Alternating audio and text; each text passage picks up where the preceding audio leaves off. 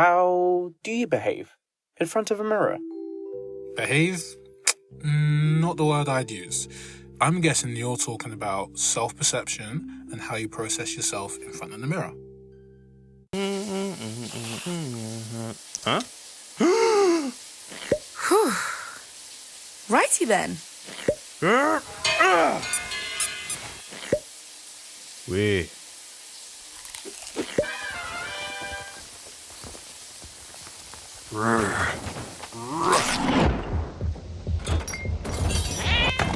Oi! Honey, This is not this whole property, you know. I die with this property. You understand me? Hey, this is 250, no drinks or tax. Get the hell The off last me. person I want to talk to about getting it done is you. Yeah. You better pry out your teeth. Because you won't be able to afford a dentist, let alone toothpaste, once you're done fixing my wall. You get? You're grappling with yourself and how others see you. Agreed. You know, you have a routine before you step out the house, and that includes looking at the mirror. And the way you act in front of that mirror is not going to be the same way you act in front of people when you're outside dealing with your responsibilities, you know? You're not gonna pop a zit in front of a friend, are you? I might. It really depends on the situation, though. Yeah, just grab someone's makeup mirror and pop a zit. It's not as bad as a black eye or, you know, the gap between your teeth. I mean, you know, one's an accident, another is an insecurity, you know? Yeah, but if I had either, I just wouldn't feel like going out. I mean, you won't go out, you know, showing them off, really proud of them.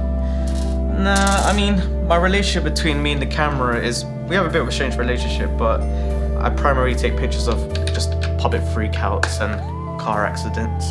Yeah, I'd love to see those sometime, you know? Okay. Yeah. You know, if I looked in the mirror not too long ago, I'm not gonna feel the need to open up that front camera. Why would I open it? Yeah, I get surprised by my own appearance sometimes when the camera is just so close. You know, like, it's a gamble. It's like a deck of cards. You don't know if you're gonna get a king, a queen, or whatever. Or rolling dice. You just don't know. There's a distance between you and the mirror, whereas with a camera, it's a bit of a gamble. Yeah, like I was saying before. And, you know, what even adds to that gamble is sharing the photo. You have to play around with your appearance before you even take the photo. Yeah, you know, think about the angle, the lighting, that sort of stuff. Yeah, and you have to sort of frame your surroundings from your casual outgoings, your vacations. Everything you described, that's what Instagram consists of. You know what? I have always seen Instagram as just this big photo book competition with just grown-ass people participating. Yeah, it's just like secondary school all over again. You know, this person got a whip, this guy got a girlfriend, he's cheating on his girlfriend. Wait, huh? I'll tell you this story, right? One day, I'm on Instagram, like most days, but I see this account, and it is detailing this boyfriend cheating on his girlfriend.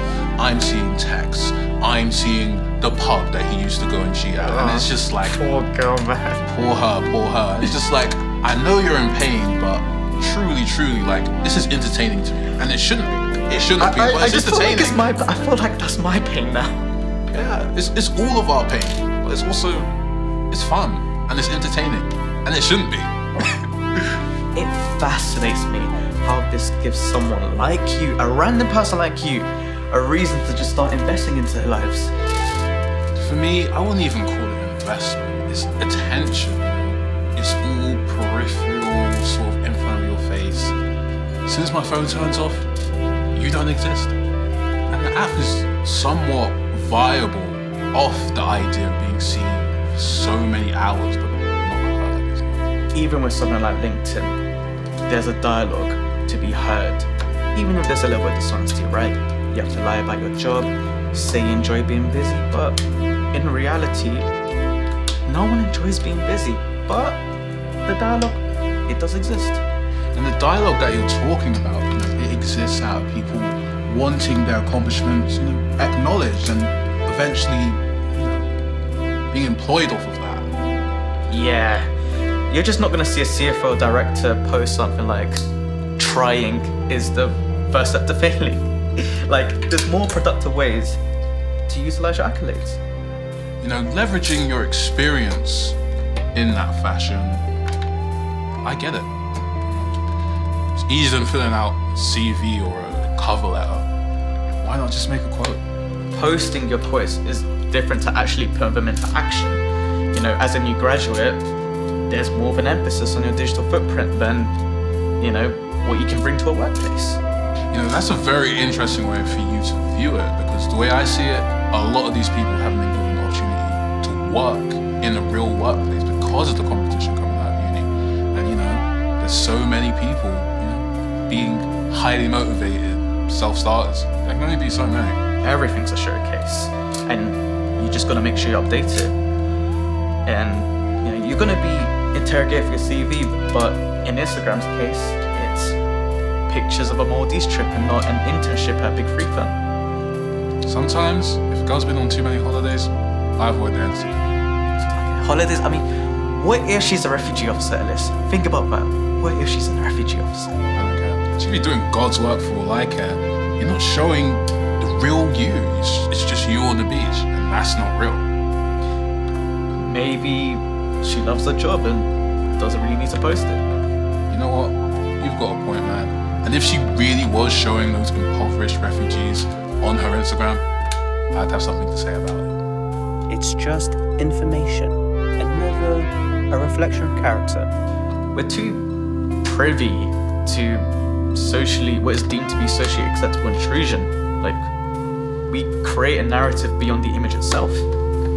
The whole idea of images, especially in cinema or just individual paintings, is bringing your own baggage and your own ideas to an image, and that influences the impact of the art.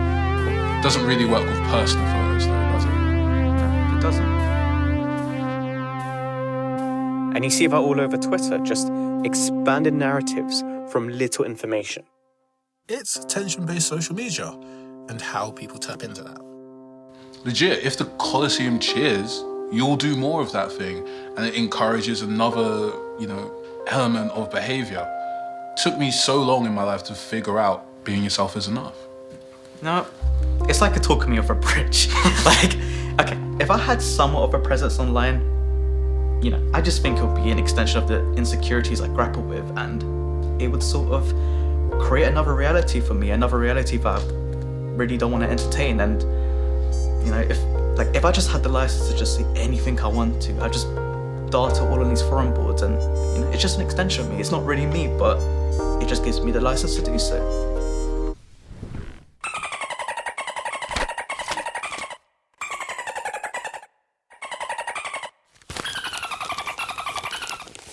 Outside of a forum, where else do you think I could casually complain? If I were to give you some good advice on casually complaining, I'd say take it out on everyone around you. But if I were to give you some really bad advice, go to therapy. Look, if I'm given this much space and this much freedom of speech, I'm just going to use it incorrectly. I mean, that freedom of speech is what you pay for, you know, the things and the sentences you wouldn't say in front of family and friends. The only context my family have of me is just what they've put on the birth certificate, or my exam results, or the job application, like the job offer.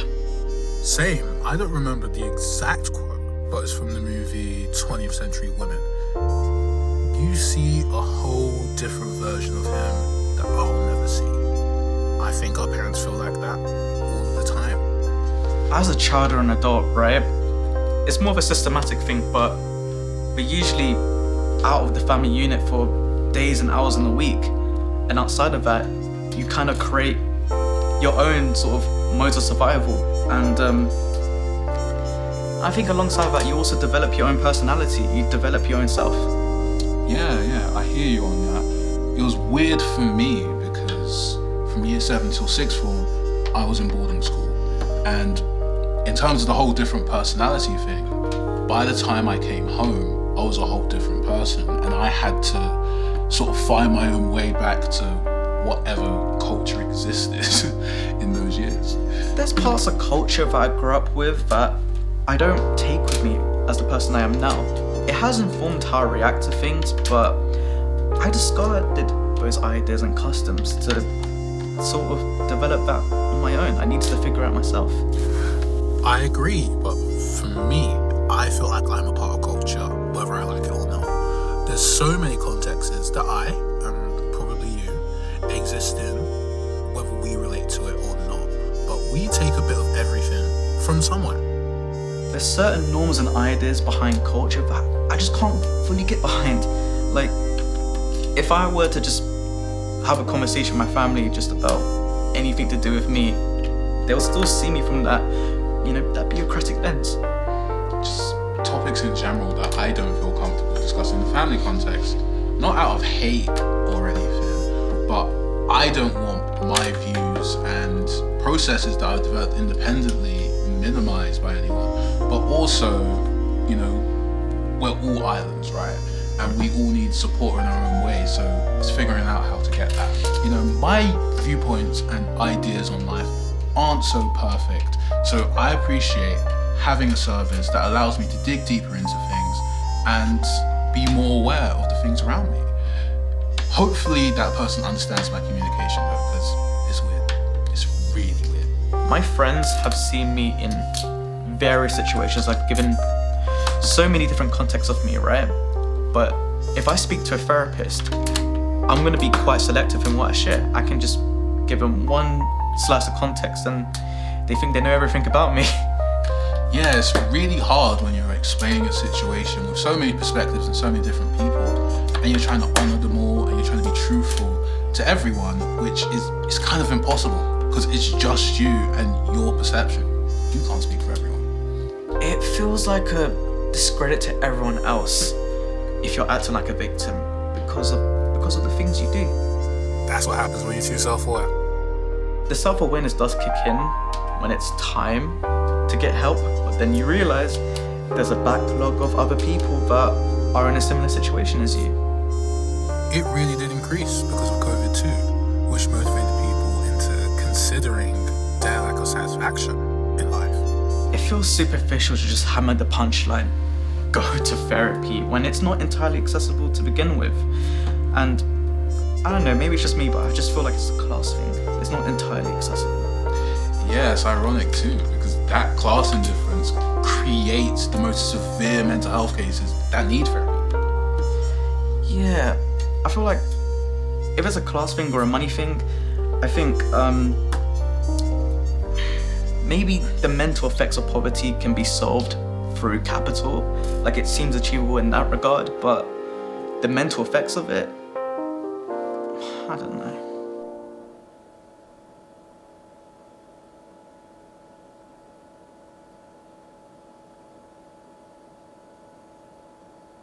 Sometimes I ask myself, are we really unhealthy, or do we just not have enough time? I don't know. I mean, we all work 8 hours a day, don't we? 2 to 3 hours prior, I spent getting ready and commuting. The 5 to 6 hours after, I spent decompressing and commuting. And then on top of that, they want us to meal prep, work out. It's just a lot of stuff, You got to think about, people with kids, actual adults that have responsibilities greater than going out and whatnot. They have kids. After my 8-hour shifts, Uber Eats was my best friend. I was paying more than usual, but I actually had time to relax and took back some of the time work took from me. I'm alone in the house a lot, so it's financially viable for me to not buy fruit and veg, as unhealthy as that sounds, because there's a lot of it, and it's gonna expire in like 2 to 3 days. And it's much more convenient for me to have frozen or canned things around me. I'm not against being on a strict diet or healthy eating, but it alienates me just a little bit because it's so closely tied with a certain lifestyle. And usually that certain lifestyle is created to sell a personal trainer's profile, a meal plan, and maybe as someone who just has the time to invest into creating a body like that, which a working person doesn't. Time interacts with wealth. It creates an advantage or it exacerbates a challenge. For me, money is just not a class thing.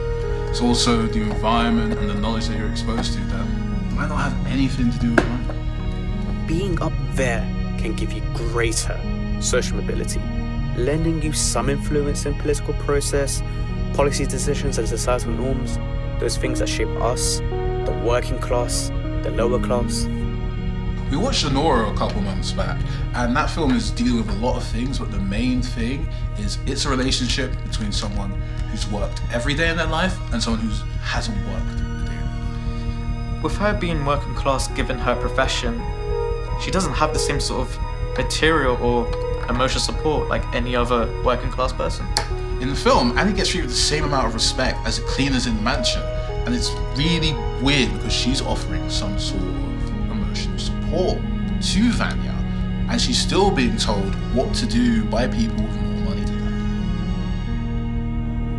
her. It interrogates the idea of being working class, the extent of empathy you have, the resourcefulness, but also how that can be easily exploited.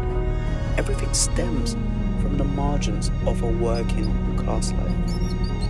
In the conclusion of the film, you can see that she is defined only by the service that she provides to others, and she kind of sees herself in the same way.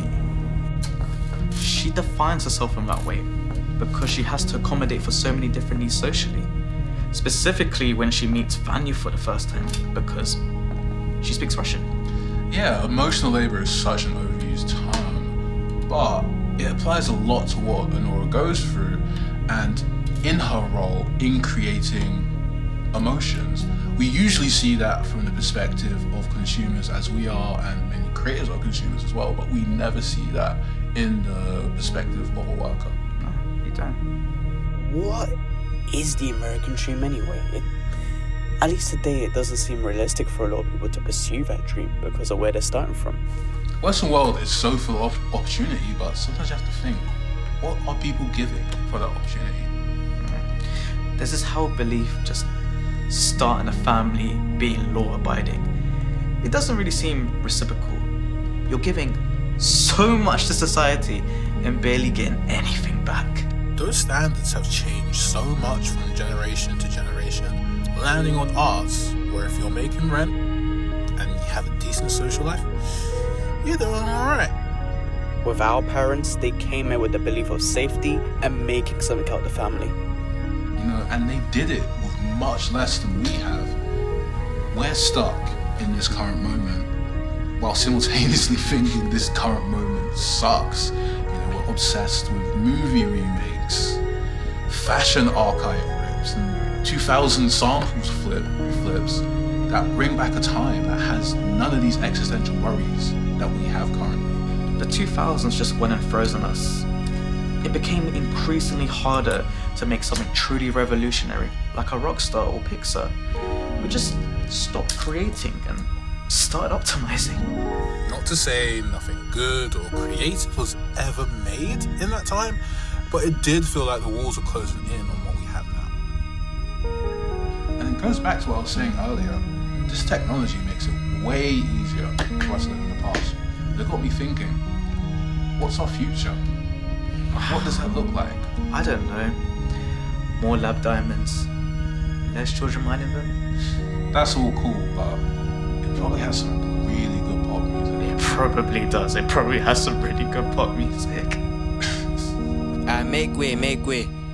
I don't know what she saw in my case, man. It's been 3 minutes. In climates like this, I still find like this. Man, this girl's got my location on WhatsApp, Snap, iMessage, all of that. And I even got this air tag she gave me. Welcome, ma'am. There's wine at the back and a rehab facility in the front of the cabin if needed.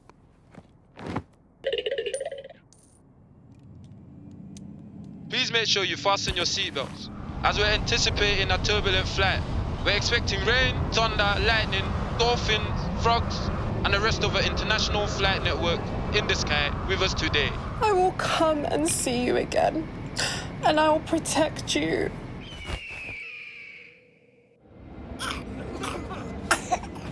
Oh yeah, that's my favorite saying. Man, I really hope this parlay hits. I need to get back to the Jennifer Lopez concert. Give me back my legs! Ah! You are not getting your legs back. You think you're getting your legs back? Walk with your arms. You ain't getting these back. I get you. I really get you. Who's trying to get some food, man? When was the last time you had a real Indian? No Indian. When was the last time you had a real Chinese like that?